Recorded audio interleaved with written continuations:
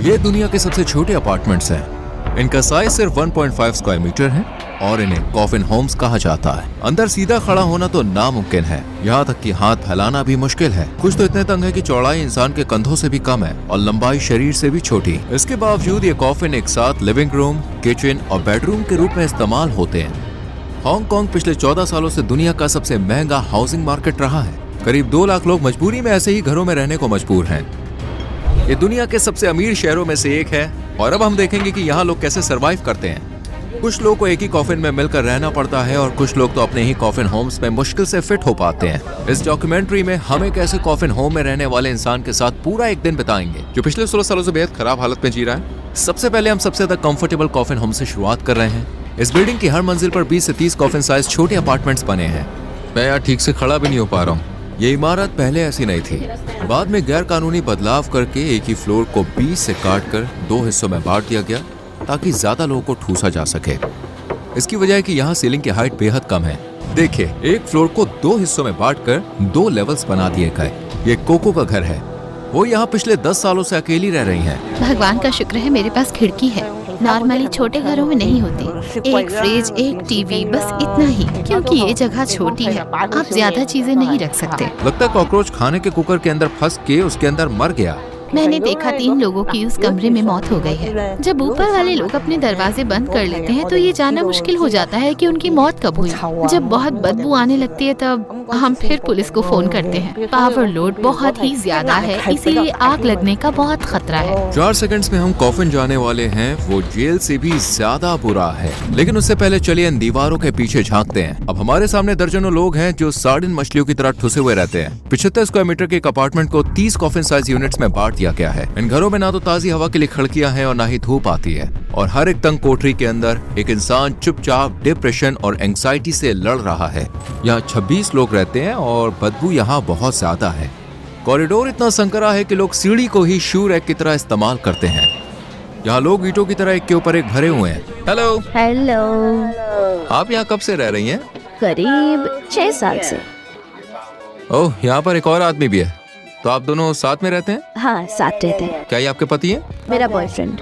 वो ऐसी जगह में रहते हैं जहाँ एक इंसान का भी ठीक से फिट होना मुश्किल है। दीवारों के साथ लगे हुए हुक्स पर कपड़े, बैग और पर्सनल सामान टंगे हुए हैं। सिरहाने का एक हिस्सा ऑल पर्पस शेल्फ का काम करता है, जबकि दरवाजा इलेक्ट्रॉनिक्स और केबल से भरा हुआ है। नीचे की तरफ क्लीनिंग का सामान और बोतलें रखी हैं। उनका कचरा, इस्तेमाल किया हुआ तौलिया, फास्ट फूड के खाली पैकेट, सब कुछ उस तकिए से बस कुछ इंचेस की दूरी पे जहाँ पे उसे रखते हैं। क्योंकि यहाँ कोई खिड़की नहीं है, इसलिए ठंडक के लिए वो फैन का इस्तेमाल करते हैं। उन्होंने अपने बाल छोटे रखे हैं ताकि कॉफिन होम्स की गर्मी में ज्यादा तकलीफ ना हो। यहाँ तो वेंटिलेशन भी नहीं है और हवा की क्वालिटी भी बहुत खराब है। आप ऐसे कैसे रहती हैं? मुझे फर्क नहीं पड़ता, जो भी है ठीक है। आप इतनी छोटी जगह में कपड़े कैसे बदलती हैं? यहाँ चलने के लिए झुकना और मुड़ना पड़ता है, इसमें ही करीब 10 मिनट लग जाते हैं। अच्छा, यहाँ रहना कैसा लगता है? बहुत मुश्किल। बहुत सारे कीड़े काटते हैं। देखो, ये क्या है? Bed bugs. ये बहुत बड़ी प्रॉब्लम है। हाँ, मुझे हर जगह काटते हैं, हर जगह। देखो मैंने कितने पकड़ रखे हैं। ये खून चूसते हैं। यहाँ बेड बग्स लोगों को काटकर एनीमिया तक कर सकते हैं। सिर्फ डिवाइडेड अपार्टमेंट्स में ये बहुत ही आम कीड़े होते हैं। एक फीमेल बेड बग अपनी जिंदगी में करीब 500 अंडे तक दे सकती है। यहाँ बेड बग्स है, देख पा रहे हो? कितने सारे हैं। मिसली कुछ फास्ट फूड लेने बाहर गई और वापस आ गई। वो एक कुर्सी उठाती है और उनका जो बेड है वो कुछ देर के लिए डाइनिंग टेबल बन जाता है। इन घरों में इंटरनेट, बिजली और पानी जितना ही जरूरी है, ज्यादातर रहने वाले लोगों के लिए एंटरटेनमेंट के नाम पर उनके पास सिर्फ फोन ही होते हैं। अब क्या काम करती हो? पार्ट टाइम क्लीनर हूँ। हर महीने कितने पैसे कमा लेती हो? 650 अमेरिकी डॉलर। इस 1.5 स्क्वायर मीटर का किराया कितना? 320 अमेरिकी डॉलर पर महीना। मतलब आपकी कमाई का आधा हिस्सा सिर्फ 1.5 स्क्वायर मीटर की जगह पर चला जाता है। रहने के लिए और कोई जगह नहीं थी। जो लोग कॉफिन होम्स वाले हिस्से के नीचे रहते हैं वो एक्चुअली में लकी होते हैं, क्योंकि वो लोग उस जगह को स्टोरेज के लिए यूज कर सकते हैं। ये उनका बेस्ट है जो वो कर सकते हैं। वहाँ वो अपने जूते रख सकते हैं, कपड़े टांग सकते हैं। लेकिन ऊपर वाले लोगों के लिए जिंदगी और भी मुश्किल है। उन्हें सब कुछ उसी कॉफिन के अंदर करना पड़ता है। अब हम एक और सब डिवाइडेड अपार्टमेंट में ऊपर वाली यूनिट्स देखने जा रहे हैं। इन कॉफिन्स के अंदर पैर रखने तक की जगह नहीं है। ऐसे ही लोग यहाँ कॉरिडोर पे बैठे रहते हैं। किराए को अफोर्ड करने के लिए लोगों को यहाँ बहुत ही खराब और अजीब टाइमिंग वाली जॉब्स भी करनी पड़ती है। फ्रैंकी चौ रात 9 बजे काम शुरू करते हैं और सुबह 5 बजे घर लौटते हैं।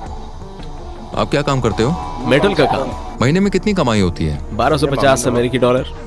यहाँ रहना कैसा लगता है? नहीं नहीं, बिल्कुल नहीं। ये बहुत ही तंग और छोटी जगह है। मेरा सेल बहुत सिंपल है, एक टीवी, बेड, जरूरी सामान, एक कंबल और एक तकिया, बस इतना ही। 10 साल बाद आप खुद को कहाँ देखते हो? तब तक तो शायद मैं मर चुका हूँ। ऐसा मत कहो। ये जगह बहुत तंग है और यहाँ बहुत उमस है। इन ऊपर वाली यूनिट से भी छोटे कमरे यहाँ मौजूद हैं। अब हम एक ऐसे इंसान से मिलने जा रहे हैं जो शारीरिक रूप से अपने कॉफिन होम के अंदर फिट ही नहीं हो पाता। मैं सोच भी नहीं सकता कि ऐसे हालात में जीना कितना मुश्किल होगा। लेकिन वहाँ जाने से पहले हम इस अपार्टमेंट के बाकी हिस्से देखते हैं और समझ में आता है कि यहाँ कोई किचन ही नहीं है। जो लोग बाहर का खाना नहीं खरीद सकते उन्हें गंदे बाथरूम में ही खाना बनाने के लिए मजबूर होना पड़ता है। यहाँ लोग टॉयलेट के पास ही खाना बनाते हैं क्योंकि किचन नहीं है। यही जगह उनका बाथरूम भी है। वो अपने कपड़े भी इसी टॉयलेट के ऊपर टांग देते हैं और इस टॉयलेट पर ढक्कन तक नहीं है। इस शहर में करीब 75 लाख लोग रहते हैं। जब आप हांगकांग को ऊपर से देखते हैं तो आपको जंगल के बीच से उगती हुई बांस जैसी ऊंची इमारतों से भरा एक बहुत बड़ा शहर दिखाई देता है। इस आइलैंड पर बिल्डिंग बनाने के लिए जमीन बहुत ही सीमित है। जगह की इतनी कमी के कारण अजीब और मजबूरी वाले सॉल्यूशन सामने आए हैं, जैसे एक 8 मंजिला पार्किंग गैरेज के ऊपर बनी 10 मंजिला बिल्डिंग। ये शहर पूरी तरह से भर चुका है। अब हम अगले अपार्टमेंट में हैं। ये अपार्टमेंट सीधे बाथरूम में खुलता है। दीवारों से गंदगी टपकती हुई साफ दिखती है। मिलिए जॉन से। उनका दरवाजा खुला रहता है क्योंकि बंद करने पर वो अंदर फिट ही नहीं हो पाते। उस व्यक्ति का बाया कंधा ताबूत जैसे कमरे से बाहर निकला हुआ है। वो एक बड़े शरीर वाले इंसान है और इतनी तंग जगह में रहना उनके लिए बहुत मुश्किल है। यहाँ जिंदगी कैसी है? चारों तरफ देखो, आपको कैसा लगेगा? आपका कोई परिवार है? पहले था, मेरी बीवी मुझे छोड़ गई क्योंकि मैं जुआ खेलता था। अब हमारा कोई संपर्क नहीं है, तो बस कभी कभी हॉर्स रेसिंग पर थोड़ा दाव लगाता हूँ। मैंने खुद को जुआ खेल के बर्बाद कर लिया। गुजारा कैसे करते हैं? मुझे वेलफेयर मिलता है। इतनी छोटी जगह में रहना धीरे धीरे शरीर को भी तोड़ देता है। दिन भर क्या करते हो? कुछ नहीं, बस टीवी देखता हूँ। कहीं जाने से डर लगता है। मुझे डर है कि कहीं चलते चलते पैर जवाब न दे दे और मैं गिर जाऊँ। 10 साल बाद आप खुद को कहाँ देखते हैं? 10 साल शायद कब्र में। आई होप ऐसा नहीं होगा। आपके पास गद्दा क्यों नहीं है? यहाँ बहुत गर्मी होती है। कई लोग गद्दा इसलिए नहीं रखते ताकि बेड बग्स का संक्रमण ना फैले। आप यहाँ कब से रह रहे हैं? 18 साल से। कई लोग यहाँ से कभी नहीं निकल पाते। इस कंक्रीट के जंगल में एक मिनिमम वेजेस पर काम करने वाले इंसान को 3 बेडरूम का अपार्टमेंट खरीदने के लिए 1000 साल तक बचत करनी पड़ेगी। क्या सरकारी घर के लिए आवेदन किया गया? मैंने अप्लाई किया है, लेकिन घर मिलने में बहुत टाइम लगेगा। ज्यादातर लोग कम किराए वाले सरकारी मकान तक पहुँचने के लिए 10 साल से भी ज्यादा समय तक इंतजार करते हैं और वो भी फ्री नहीं होता है। उनमें से कई लोगों के लिए प्रतीक्षा सूची आजीवन कारावास की तरह महसूस होती है। अब मान लो आप कॉफिन में नहीं रहना चाहते और अपने घर में आराम से खड़ा होना चाहते हो। हम एक रेंटल ऑफिस गए ताकि आपको दिखा सकें कि ये लग्जरी कितनी महंगी पड़ती है। हम हांगकांग के एक नॉर्मल इलाके में हैं अभी। मान लो आपने कुछ पैसे बचा लिए और अब आप एक घर खरीदना चाहते हो। यहाँ जो सबसे सस्ता ऑप्शन है आपको बता दें, वो सिर्फ 1 रूम वाला घर है और जिसकी कीमत $1 मिलियन से ज्यादा है। ये भी बहुत ही कम जगह है। अब मान लीजिए आप एक सिंगल बेडरूम अपार्टमेंट किराए पर लेना चाहते हैं तो उसका किराया करीब $4000 प्रति महीना होगा। और आगे आप देखेंगे कि यहाँ कब्र खरीदना भी घर खरीदने से ज्यादा मुश्किल है। हांगकांग में अमीरी और गरीबी के बीच एक बहुत बड़ा फर्क है। पूरे देश की 10% दौलत के मालिक सिर्फ 75 लोग हैं। जहां बहुत ज्यादा अमीर लोग लग्जरी कारों में घूमते हैं और बड़े बड़े घरों में रहते हैं, वहीं सबसे गरीब लोगों के पास सांस लेने तक की जगह नहीं है। हालांकि यहाँ लाइफ एक्सपेक्टेंसी दुनिया में सबसे ज्यादा करीब 84 साल है। फिर भी बहुत से लोगों को रिटायरमेंट के बाद भी जी तोड़ मेहनत करनी पड़ती है, सिर्फ इसलिए ताकि वो आसमान छूते हाउसिंग खर्च उठा सके, वरना वो जी नहीं पाते हैं। यही वजह की सड़कों पर बुजुर्ग लोगों को कार्डबोर्ड इकट्ठा करते हुए देखा जा सकता है। यहाँ की जो इनकम और इक्वालिटी है वो बहुत बुरी है, जैसे दिन और रात का फर्क। अगर मकान मालकिन को पता चल गया तो दिक्कत हो जाएगी। मुझे फर्क नहीं पड़ता कि वो क्या फिल्म आ रहे हैं, लेकिन वो हमें निकाल देगी। मकान मालकिन ये सब अलाउ नहीं करेगी। हमने ये हिस्सा इसलिए रखा है ताकि आप देख सके कि ये किराएदार कैसे हमेशा डर में जीते हैं। इस बात से डरे हुए हैं कि मकान मालिक कभी भी उन्हें निकाल सकता है। जो लोग अपने घर खो देते हैं उन्हें सड़कों पर रहना पड़ता है। अरे बेटा, पानी की बोतल खरीद दो, बहुत प्यास लगी है। ढक्कन खोल दो, वहाँ रख दो। धन्यवाद, बहुत शुक्रिया बेटा। उन्हें बहुत प्यास लगी थी क्योंकि जुलाई साल का सबसे गर्म महीना होता है। उस वक्त हांगकांग का टेम्परेचर करीब 43 डिग्री सेल्सियस था। यहाँ बहुत गर्मी है, बहुत उमस है। जैसे ही मैं इस नए अपार्टमेंट में आया, मुझे गर्म और सीलन भरी हवा का झोंका लगा। सीलिंग पर बहुत ज्यादा फंगस लगी हुई है।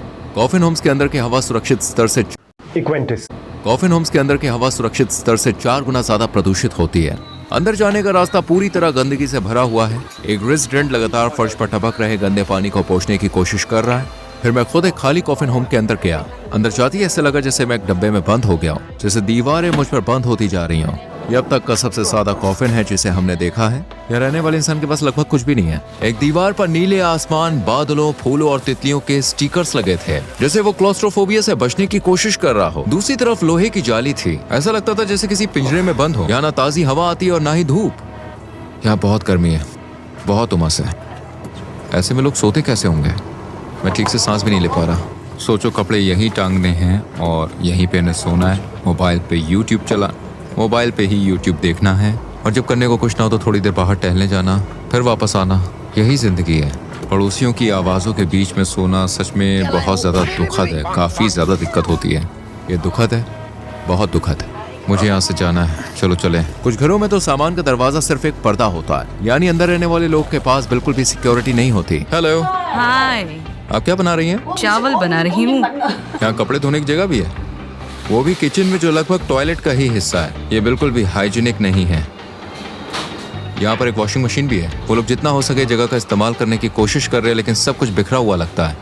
मेरी दोस्त को ये शॉट लेने के लिए टॉयलेट पर चढ़ना पड़ा। वो उसी सिंक में सब्जियां धो रही हैं जिसे लोग टॉयलेट इस्तेमाल करने के बाद यूज करते हैं। इससे खाने में ई कोलाई और साल्मोनेला जैसे बैक्टीरिया जाने का गंभीर खतरा रहता है, जो उन्हें बीमार कर सकते हैं। मिस्टर ली उन कई लोगों में से एक हैं जो जिंदा रहते हुए भी कॉफिन में रहने को मजबूर हैं। उनका घर अब तक का सबसे ज्यादा भरा हुआ कॉफिन है जो हमने देखा है। कोई काम नहीं मिल रहा है। एक बार मुझे चोरी के केस में गिरफ्तार किया गया था। मुझे सड़क पर एक फोन मिला था और मैंने पुलिस को नहीं बताया। बाद में वो फोन मेरे पास मिला तो उन्होंने मुझे अरेस्ट कर लिया। क्या जेल की कोठरी कॉफिन होम से ज्यादा आरामदायक होती है? हाँ, बिल्कुल। हांगकांग में कैदियों को 7.5 स्क्वायर मीटर की जगह मिलती है जिसमें पर्सनल टॉयलेट होता है, जबकि कॉफिन होम सिर्फ 1.5 स्क्वायर मीटर के होते हैं जहां खड़े होने तक की जगह नहीं होती है। उसी स्थान में 10 ताबू जैसे घरों को एक दूसरे के ऊपर रखा जा सकता है। अब हम मिलने जा रहे हैं मिस्टर वोंग से। यहाँ तक कैसे पहुँचे? बहुत साल पहले की बात है। अब मैं गरीब आदमी हूँ। पहले मैं अमीर था। पहले घर था, बीवी थी, बेटी थी। वो छोड़कर चली गई? हाँ। अब बात नहीं होती उनसे? पैसे नहीं है, इसीलिए वो नहीं बोलती। आपकी उम्र क्या है अभी? 63 साल। ये मेरी टेबल है हर काम के लिए।